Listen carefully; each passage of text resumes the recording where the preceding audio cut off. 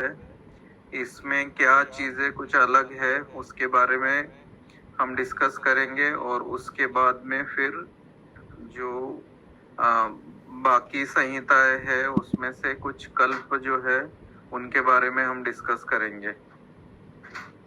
तो अभी सुश्रुत का हम देखते हैं। सुश्रुत में जो है उत्तर तंत्र में दिया हुआ है, काय चिकित्सा का जो पार्ट है वो उत्तर तंत्र में, और सुश्रुत ने ग्रहणी चिकित्सा या ग्रहणी के ऊपर अलग अध्याय नहीं दिया है, क्योंकि अतिसार जो है यही ग्रहणी का प्रधान हेतु माना है। और अतिसार में अगर अग्निमांद्य हुआ है अतिसार से और उसमें अगर ध्यान नहीं देते हैं तो ग्रहणी रोग होने के चांस ज्यादा होता है, ये कहा हुआ है। इसके अष्टांग संग्रहकार ने इसको और क्लियर किया है, वो भी हम अष्टांग संग्रह में देखेंगे। तो सुश्रुत में जहाँ पे अतिसार खत्म होता है, ये श्लोक नंबर उत्तर स्थान है 40वां अध्याय, इसमें श्लोक नंबर 162। इस पे अतिसार के बारे में जो इससे पहले तक अतिसार के बारे में कहा गया है, और उसके आगे जो शुरुआत है वो ग्रहणी की वो शुरुआत ही की है, उसमें कर्मज व्याधियों के बारे में बोला हुआ है। तो ग्रहणी जो है ये सुश्रुत के, क्योंकि सुश्रुत का जो पूरा आचार्य सुश्रुत की जो सोच थी, ये अप्रोच टोटली प्रैक्टिकल अप्रोच था। तो उनके हिसाब से उन्होंने यहाँ लेने का कारण यही है कि रूटीन जो आहार चलता रहता है, आहार विहार जो चलता है, उसमें आहार विहार की गड़बड़ी तो सभी करते हैं, लेकिन ग्रहणी किसी को होना, ग्रहणी किसी को नहीं होना, ये डिपेंड होता है उसमें कर्मज जो व्याधियां होने की संभावना है उनका भी इसमें रोल होता है। तो यहाँ पे इन्होंने दिया है कर्मजा व्याधय केचित दोषजा संति चापरे कर्म दोषो भवास चांदने, मतलब कुछ व्याधियां जो है वो कर्मज व्याधियां हैं, कुछ दोषज व्याधियां होती है, और कुछ कर्म और दोष से उत्पन्न, दोनों से उत्पन्न व्याधियां होती है। अब कर्मजास्तेषु अहेतुका, कर्मज व्याधियों में हेतु प्रबल नहीं होते या हेतु नहीं भी होते। कई सारे पेशेंट आपको मिलेंगे, वो बोलेंगे कि मैं सब कुछ सही करता हूँ, मैं बिल्कुल कोई जंक फूड नहीं खा रहा हूँ, मैं कोई गड़बड़ नहीं कर रहा हूँ, आपके बताए जैसा सब कुछ मैं कर रहा हूँ, लेकिन मुझे दिक्कत हो रही है, मुझे कोई दवाई नहीं लग रही है। तब आप समझो कि ये कर्मज व्याधि है, उसमें कोई हेतु नहीं है, कारण कोई नहीं। आप उनके हेतु देखोगे तो उसमें जरूरी नहीं कि आपको हेतु मिलेगा। अब ये कर्मज व्याधियां होती है। अब इसके लिए क्या नश्यंती तो क्रिया भीस्ते, क्रिया भी कर्म संशय। अब इसमें क्या कर्म संशय करना, कर्म संशय करने के लिए जो बोले है दैव अपश्रय चिकित्सा में जो जो चीजें बताई हुई है वो सारी चीजें उनको करने के लिए बताना है, वो करने से कर्म क्षय होता है। तो कर्मज व्याधियों की चिकित्सा आपको इस तरह से करनी है। उसके बाद में शाम्यंती दोष संभूता दोष संशय हेतु भी। अब दोष जो व्याधियां है वो दोष संशय से, दोष का शमन करने से कम होती है, और तेषाम अल्पनिदानाये प्रतिकष्टा भवन्ति च मृदो बहुदोषा व कर्म दोषोद्भवास्तुते। मतलब कुछ जो है अल्पनिदान होते हैं जिनके, लेकिन जिससे व्याधि बहुत ज्यादा उत्पन्न होती है। कि कुछ लोग बोलेंगे कि मैं किसी चीज को ये मैं खाता हूँ, चाहे मैंने एक सिंपल एग्जांपल ले लेते हैं कि घर में जो मक्खन उबाल के उससे घी बना रहे हो, तो उसकी जो स्मेल है, केवल उसके स्मेल से मुझे चक्कर आ जाती है या मुझे उल्टियां होने लगती है। तो ये सब चीजें जो है ये हेतु अल्प है, लेकिन उसके लक्षण जो है वो ज्यादा आ रहे हैं। तो ये जो व्याधियां होती है ये कर्म और दोष दोनों से उत्पन्न व्याधियां होती है। मतलब अल्प हेतु है लेकिन अल्प हेतु प्रबल लक्षण उत्पन्न कर रहे हैं।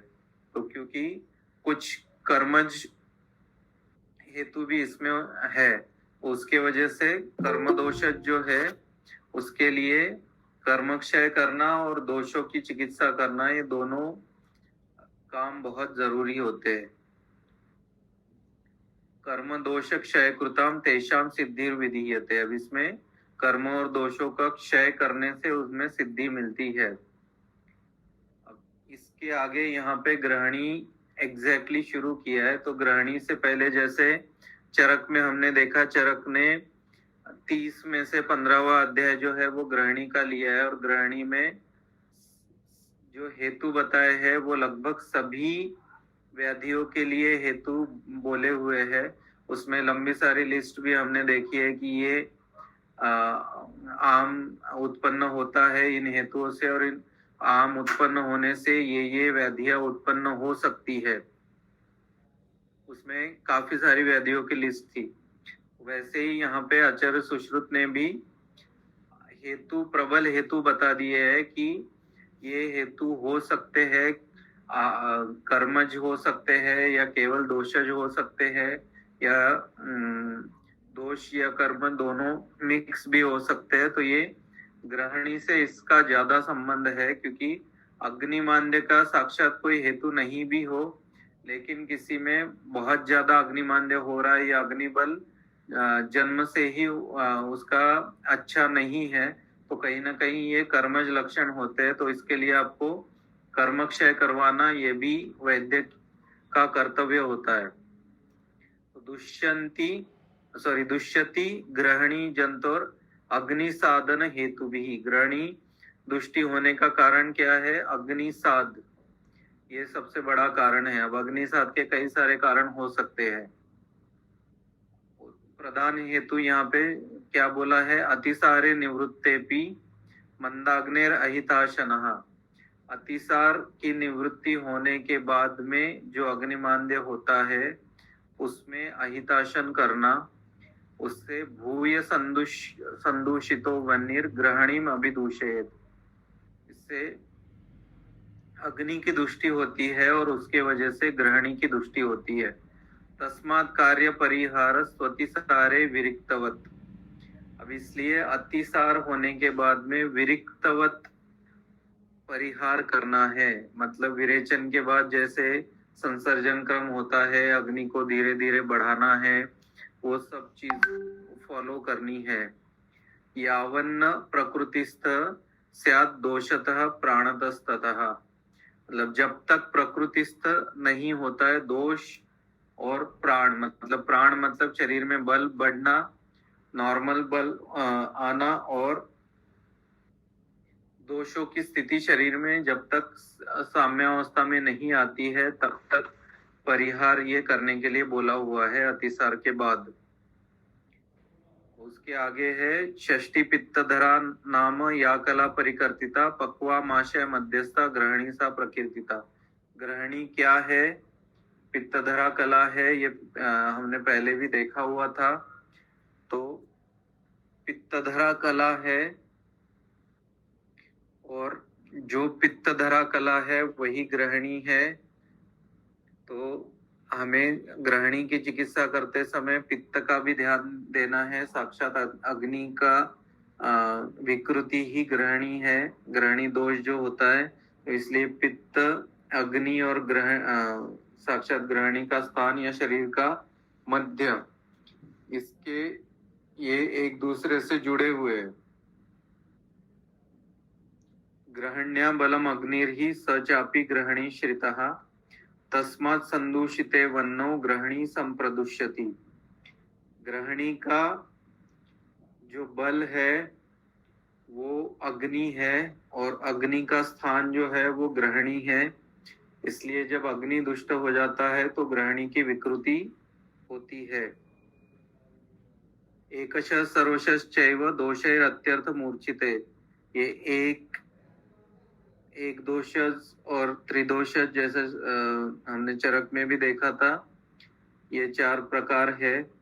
उसके बाद में उसके लक्षण क्या है? सादुष्टा बहुशो भुक्तम आममेव विमुंचति।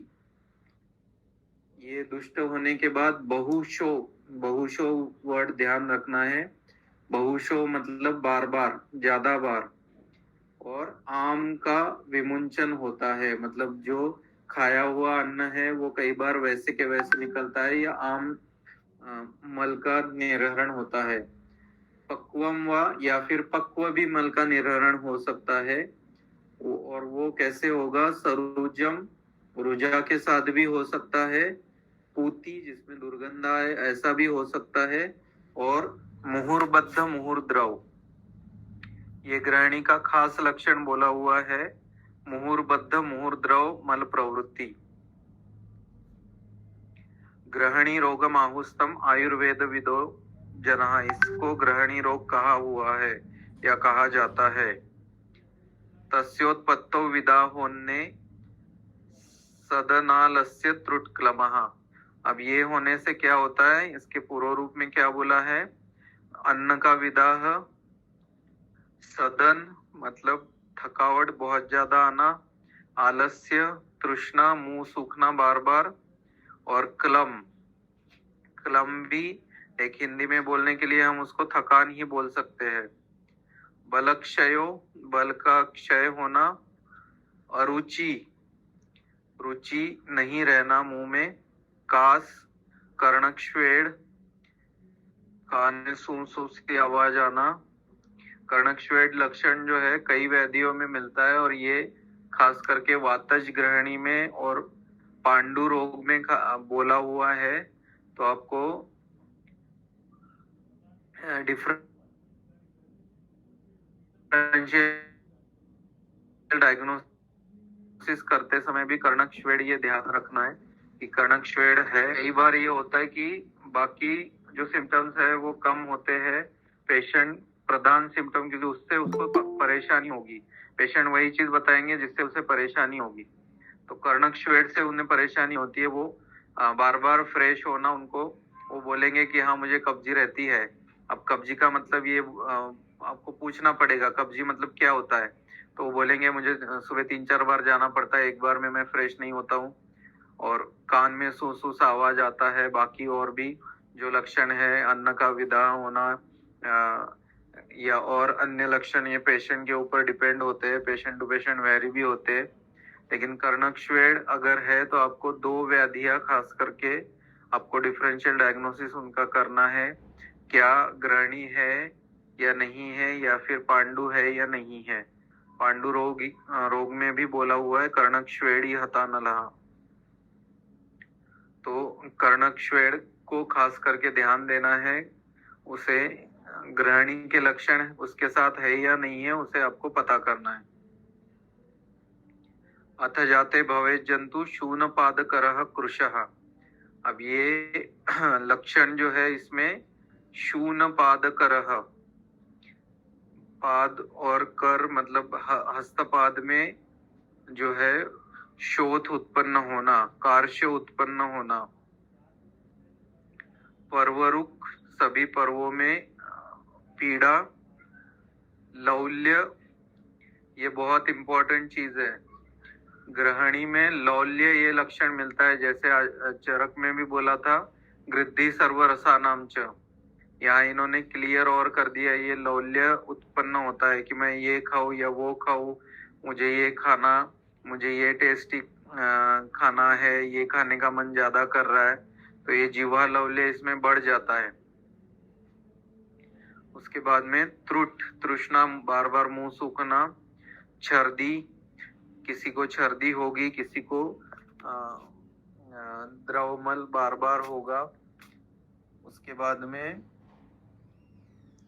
ज्वर, ज्वर भी हो सकता है। अरोचक और दाह, दाह में उदर दाह, किसी कंडीशन में गुददाह भी हो सकता है। उदगिरेज, शुक्त, तिक्ताम्ल, लोह धूमाम गंधिकम। शुक्त और तिक्त या अम्ल, शुक्त मतलब अम्ल, या तिक्त, जैसे पित्त बढ़ने के बाद में तिक्तास्यता होती है, वैसे अम्लास्यता या तिक्तास्यता ये उत्पन्न होना, और लोह या धूम या आम गंधी जो है उद्गार आना, प्रसेक ज्यादा होना, लालास्त्राव ज्यादा होना, मुख वैरस्य रहना। अब मुख वैरस्य पिछले बार भी हमने बात की है। मुख वैरस्य जो है वो आपको पूछना पड़ेगा, तब पता चलता है। किसी को मुख वैरस्य है मतलब किसी में टेस्ट नहीं लग रहा है, तो वो एक्सेसिवली ऊपर से नमक लेने की आदत होगी, या ऊपर से एक्सेसिवली कटुरस का प्रयोग होगा, या खाने के साथ उनको मिर्ची चाहिए ही, खाने के साथ कुछ खट्टा चाहिए ही, उसके बिना खाना ही नहीं जाता है। बहुत से लोग आपको ऐसे मिलेंगे कि जो बोलेंगे कि दही या छाछ जब तक नहीं लेते तब तक वो खाना चबा ही नहीं सकते हैं। तो ये सारा जो है ये मुख वैरस्य का लक्षण हो सकता है। आर्द्रता कम है खाने में, रूखा खाना है उसको गीला करके खाना, ये नॉर्मल चीज है। लेकिन एक नॉर्मल जो 10 लोग जो नमक खा रहे वो नमक उनको फीका लगना, या 10 लोग जो तीखा खा रहे वो खाना फीका लगना या उसमें टेस्ट नहीं लगना, ये मुख वैरस्य है। ये सारे लक्षण जो है ये ग्रहणी में होते हैं, और ये लौल्य के वजह से ग्रहणी, एक बार जो ग्रहणी व्याधि हुई है ये आगे बढ़ती जाती है। अब यहाँ दोषों के हिसाब से लक्षण बोले, वाताचूलाधिकई पायु पार्श्वोदर मस्तकई। अब शूल कहाँ कहाँ होगा?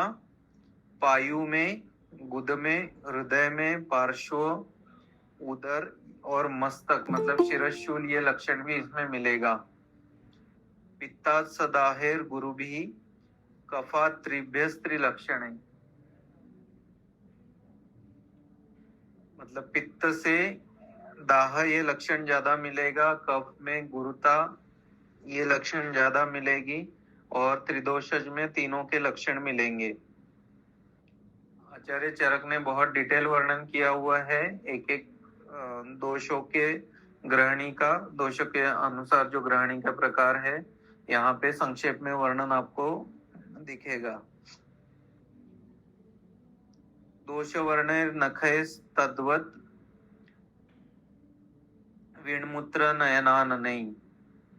अब क्या क्या होगा दोष के अनुसार, हम परीक्षण हमें कहाँ कहाँ करना है?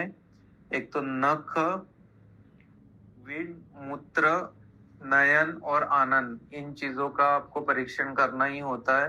तो इनमें दोषों के अनुसार वर्णों में परिवर्तन आएगा। हृत्पांडुदर गुलमर्श प्लीहा शंखी च मानवः, ये हमने पहले भी देखा है। ये वहां वातज अतिसार के लिए बोला हुआ था, यहाँ इन्होंने सभी वातज ग्रहणी के लिए बोला था, यहाँ इन्होंने सभी ग्रहणी में के लिए बोला है कि इससे हृदय, हृदरोग, पांडुरोग, उदर रोग, गुल्म, अर्श और प्लीहा रोग, इनकी आशंका होती है। इनके जैसे मिले जुले लक्षण मिलते हैं। अब इसकी चिकित्सा क्या बोली है? यथा दोषोच्छयम तस्य विशुद्धस्य यथा क्रमम पेयादिम वितरेत सम्यक दीपनीयोपसमृतम। पेयादि जो संशोधन करने के बाद में पेयादि जो देना है वो भी दीपनीय औषधियों से सिद्ध करके देनी है। तत्पाचन संग्राही दीपनीय गणत्रयम विवेद प्रातः सुरारिष्ट स्नेह मूत्र सुराम्बुभी। अब जो पाचन संग्राही और दीपन, इनका जो ये गण है, ये प्रातः जो है उस रुग्ण को उसके बाद पिलाना है, और सुरारिष्ट, स्नेह, मूत्र, सुख या सुखाम्बु इसके साथ में ये देना है। तक्रेण वाथ तक्रम वा केवलम हितम उच्यते, या फिर तक्र के साथ दे सकते हो या केवल तक्र भी दे सकते हो जो ग्रहणी में हितकर है। कृमि गुल्मो दरार्शोग्नि क्रियाश्चात्र चात्रावचारे। तब यहाँ पे चिकित्सा किसके तरह करनी है? कृमि, गुल्म, उदर, अर्श, इनके इन व्याधियों में जो जो चिकित्सा बोली हुई है उसके आधार पे ही यहाँ ग्रहणी में चिकित्सा करनी है। चूर्णम हिंगवादिकम चात्र घृतम व प्लीह नाशनम। हिंगवादी चूर्ण या फिर प्लीहा व्याधि के लिए जो जो घृत आए हुए हैं उन घृतों का प्रयोग करना है। कल्केन मगधादेश्च चांगेरी स्वरसेन च चतुर्गुणेन दग्ना च घृतम सिद्धम हितम भवेत। अब चांगेरी घृत जो है वो दे सकते हैं। वो यहाँ हमने देखा है अर्श में चांगेरी घृत आया हुआ है, तो यहाँ कृमि गुल्मो दरार्शोग्नि अर्श की चिकित्सा के तरह यहाँ पे चिकित्सा करने के लिए कहा है। तो आप चांगेरी घृत दोनों जगह प्रयोग कर सकते हो, अर्श में भी और ग्रहणी में भी। वैसे ही तक्र का प्रयोग भी दोनों जगह है, अर्श में भी है और ग्रहणी में भी है। सर्वथा दीपनम सर्वम ग्रहणी रोगिणाम हितम। ये बहुत इंपॉर्टेंट चीज है कि ग्रहणी में हमेशा दीपन या सब तरफ से दीपन काम करना है। चाहे पानी पीना है वो भी सिद्ध करके देना है, आहार जो देना है वो भी दीपनीय औषधियों से सिद्ध करके देना है। ये ग्रहणी के लिए विशेष करके ध्यान रखना है। ज्वरादीन विरोधाच साधये स्वयश्चिकित्सिते। अब ज्वरादि जो लक्षण उत्पन्न होते हैं इसके साथ वो उसमें अपने अपने जो चिकित्सा बोली है उन व्याधियों की उनके आधार पे उनके चिकित्सा करनी है, लेकिन अग्नि का खास करके ध्यान रखना हुआ है। अब यहाँ पे इन्होंने क्लियर बोला हुआ है कि ये काय चिकित्सा तंत्रे अतिसार प्रतिषेधो नाम, मतलब काय चिकित्सा के अंतर्गत अतिसार चिकित्सा ली है और उसी में ग्रहणी चिकित्सा आई हुई है। उसके बारे में आचार्य सुश्रुत ने यहाँ वर्णन किया हुआ है। अभी हम देखते हैं अष्टांग संग्रह का हम निदान देखते हैं। इन्होंने भी यही बोला है कि अतिसारेष्यो नाति यत्नवान ग्रहणी गदाः तस्य सात अग्नि ध्वंस करैर अन्यस्य सेविते। अब अग्नि विध्वंस अतिसार में अगर जो ध्यान नहीं दिया जाए अतिसार में या अतिसार निवृत्ति के बाद, तो उसके वजह से अग्नि विकृति होती है और उससे ग्रहणी व्याधि उत्पन्न होती है। अब इसमें बोला है सामम शक्रु निरामम व जीर्णे येनातिसार्यते सोतिसारोतिसरणात् आशुकारी स्वभावतः। अब यहाँ पे डिफरेंशिएट किया हुआ है कि अतिसार और ग्रहणी में क्या फर्क है। यहाँ पे सामम शक्रु निरामम व जीर्णे येनातिसार्यते, जो आहार जीर्ण होने के बाद में साम या फिर निराम मल का अतिसरण होता है, द्रवमल का सरण होता है, वो अतिसार क्या अतिसरणात् आशुकारी स्वभाव था। अतिसार जो है वो आशुकारी बोला हुआ है। अब उसके आगे सामम सन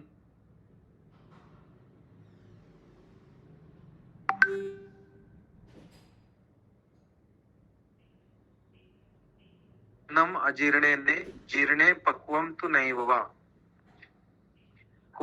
नहीं हुआ ऐसा भी हो सकता है। अकस्मात मुहुर्बद्ध अकस्मात शिथिलम मुहु, मतलब कभी तो बद्ध होगा कभी अति शिथिल होगा। इसका कोई हेतु नहीं है कि किसके वजह से हुआ है, कि आपने ये खाया इसलिए द्रवमल हुआ या फिर ये खाया इसलिए बद्धमल हुआ, ऐसा कोई नियम नहीं है। और ये चिरकृत है। अतिसार जो है वो आशुकारी है और ग्रहणी जो है वो चिरकृत है। चिरकृत ग्रहणी दोष संचया चोपवेशयत। अब ये मल संचय के वजह से ये उत्पन्न होता है, इसलिए अतिसार और ग्रहणी का जो भेद है वो भेद यहाँ पे क्लियर किया हुआ है। इसके जो प्रकार है वो पहले जैसे बोले वही प्रकार है। अब जो पूर्व रूप है, पूर्व रूप भी हमने देख लिए, फिर भी एक बार कुछ और चीजें, एक दो चीजें छूटे नहीं और समझ में आए इसलिए और देख लेते हैं। इसमें सदन है चिरात पचनम अम्ल कहा, मतलब अन्न का पचन देरी से होना, और अम्लक जो पहले आया था लोह अम्ल या तिक्त उद्गीरण, तो ये अम्लक एक वर्ड में ये सारी चीजें आ गई। प्रसेको वक्त्र वैरस्यम, प्रसेक है, मुख वैरस्य है, अरुचि है, त्रुट है, क्लम है, भ्रम है, आनंदोदरता। अभी आनंदोदरता मतलब पेट में फुलाव आना या पेट टाइट होना या भारी हो जाना, ये आनंदोदरता है। मतलब बार द्रवमल भी होता है, बार बार जाना भी पड़ता है, लेकिन पेशेंट बोलता है कि मेरा पेट टाइट हो जाता है, पेट बहुत फूल जाता है। छर्दी, कर्णकश्वेलांत्र कूजन, कर्णकश्वेल भी हमने पहले देखा। आंत्रकूजन एक और लक्षण यहाँ पे अलग से बोला हुआ है। सामान्य लक्षण भी वैसे ही दिया है, कार्श धूमक तमको ज्वर, मूर्छा, सरोरुक विष्टम्भ, श्वेथु करणादयो।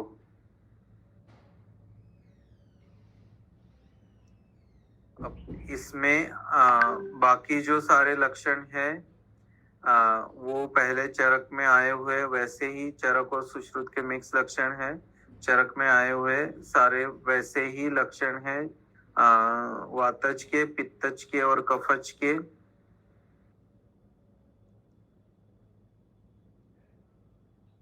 अब यहाँ पे एक और इम्पोर्टेंट चीज बोली हुई है कि जो वात व्याधि, अश्मरी, कुष्ठ, मेहोदर भगंदरहा, अर्शांसी ग्रहणीत्यष्टौ महारोगा सुदुस्तरहा।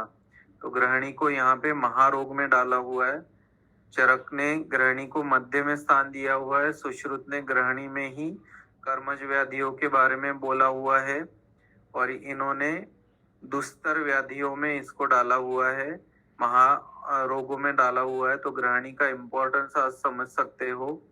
ग्रहणी दुष्टि नहीं हो इसके लिए कितना हमें ध्यान रखना चाहिए, इसका इसके बारे में आपको इससे पता चल सकता है। अष्टांग संग्रह में इसकी हम चिकित्सा देखेंगे अलग जो है।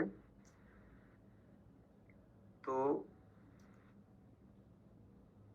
ग्रहणी की चिकित्सा में बोला है, ग्रहणी आश्रितम दोषम अजीर्णवत उपाचरेत, अतिसारोक्त विधिना तस्यामं च विपाचयेत। मतलब दो व्याधियों को ध्यान में रखते हुए दो व्याधियों की मिल के चिकित्सा यहाँ करने के लिए बोला है, एक तो अजीर्ण और एक अतिसार। तो दोनों की तरह चिकित्सा यहाँ पे, दोनों की मिक्स चिकित्सा यहाँ पे करनी है। अब यहाँ पे स्पेसिफिकली बोला है अन्न काल जो है तभी आहार देना है, अन्न काले यवाग्वादी पंचकोलादिभिर्युतम वितरेत पटुलघ्वन्नम पुनर्योगाश्च दीपनान। अन्न काल में जो भी आहार देना है वो आहार में यवागु देनी है और पंचकोलादि द्रव्यों से, दीपनीय द्रव्यों से सिद्ध करके देनी है, और लघुअन्न देना है, और दीपन औषधियों का यहाँ प्रयोग करना है। दद्यात् सातिविषा पेयाम आमे सामलाम सनागराम पानेति सार विहितम वारी तक्रम सुरादिच। ये अतिसार विहित तक्र जल देना है। अतिसार में जैसे बोला है मृदभ्रुष्ट लोष्ट्र जल या फिर औषधियों से सिद्ध जल वहां पे बोला हुआ है, तो जल जो है वो भी सिद्ध करके देना है, और तक्र और सुरादि का प्रयोग यहाँ पे करने के लिए बोला हुआ है। अब ग्रहणी के लिए तक्र का महत्व जैसे चरक में आया है वैसे ही यहाँ पे भी दिया हुआ है। ग्रहणी दोषणाम तक्र दीपन ग्राही लाघवात पथ्यम मधुर पाकित्वान न च पित्तम प्रदूषणम कषायोष्ण विकाशित्वा द्रुक्षाच कफे हितम वाते स्वाद्वम्ल सांद्रत्वा सद्यस्कम अविदाहितत। या जैसे चरक में जो जो दिया हुआ है वही एग्जैक्टली यहाँ फिर से बताया हुआ है। अब जो चरक के कल्प है वही कल्प, लगभग सारे कल्प जो है मरीचादि चूर्ण और ये पिपली आदि चूर्ण, उसके बाद में क्षार के योग, लवण के योग, ये सारे दिए हुए हैं। बस यहाँ एक तालीस आदि वटक जो है वो अलग से आया हुआ है। इसमें 40 पत्र चविका मरीचानाम पलम पलम कृष्ण तन्मूलयोर द्वे द्वे फले शुंठी फलत्रयम चतुर्जातमुशीरं च कर्षांचम श्लक्षण चूर्णितम गुड़ेन वटिकां कृत्वा त्रिगुणेन सदा भजेत। मध्य यूष रसारिष्ट मस्तु पेया पयोपनु। ये किस किस इनके साथ आप दे सकते हो। मध्य यूष रस अरिष्ट मस्तु पेया, ये अनुपान के रूप में इसमें दे सकते हैं। वातश्लेष्मात्मनाम छर्दी ग्रहणी पार्श्व रुद्रुजाम। वातश्लेष्म छर्दी हो या फिर ग्रहणी दुष्टि हो, पार्श्व और रुद्र शूल हो, पार्श्व शूल हो, ज्वर श्वेथु पांडुत्व गुल्म पानात्ययार्शसाम।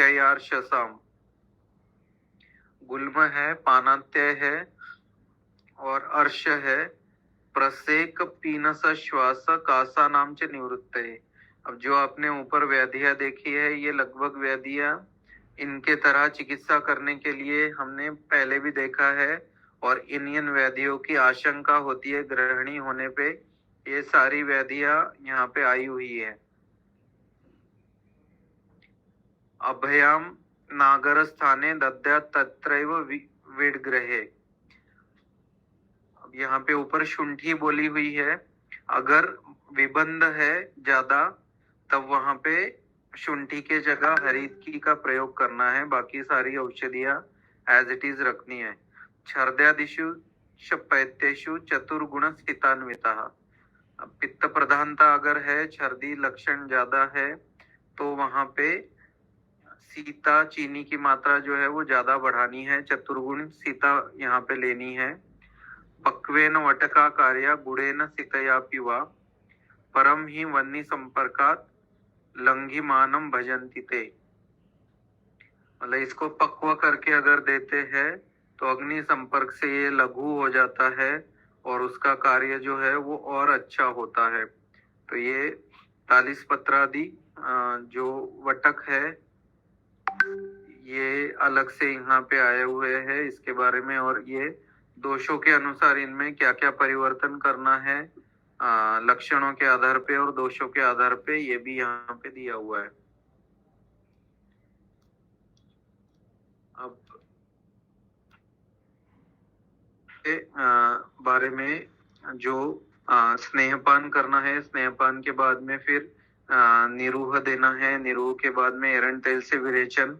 ये चरक में जो विधि दी हुई है वो एग्जैक्टली यही चिकित्सा की विधि यहाँ पे दिया हुआ है।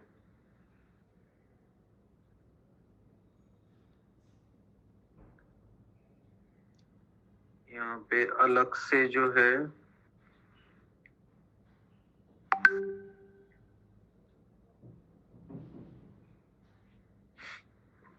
पूर्णिमादि भी जो चरक में है वही एग्जैक्टली यहाँ पे दिए हुए हैं।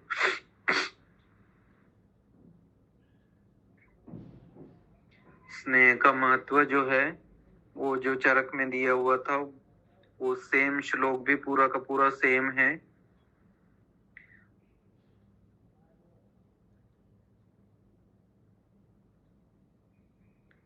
और जो चरक में बोला हुआ है कि अग्निमांद्य के क्या कारण है, उसके लिए क्या चिकित्सा करनी है, वो भी पूरी की पूरी अष्टांग संग्रह और अष्टांग हृदय दोनों में ऐसे ही दिया हुआ है। थोड़ा सा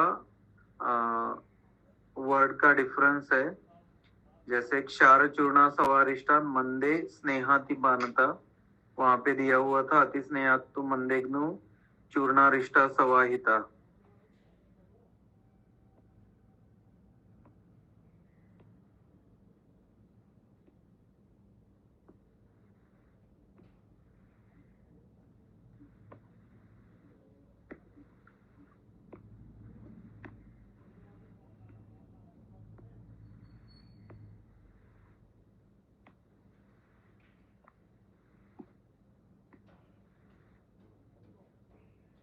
यहाँ पे गृहिणी चिकित्सा जो है, हमने चरक, सुश्रुत, अष्टांग संग्रह और अष्टांग हृदय सभी के हिसाब से हमने देखा है। इसमें अब कल्प कुछ रह जाते हैं लघुत्रयी में से। लघुत्रयी के बारे में हम देखेंगे और कुछ कल्प जो है उसके बारे में हम अगले लेक्चर में डिस्कस करेंगे। यहाँ तक कोई क्वेश्चन है उसके ऊपर हम डिस्कस कर लेते हैं।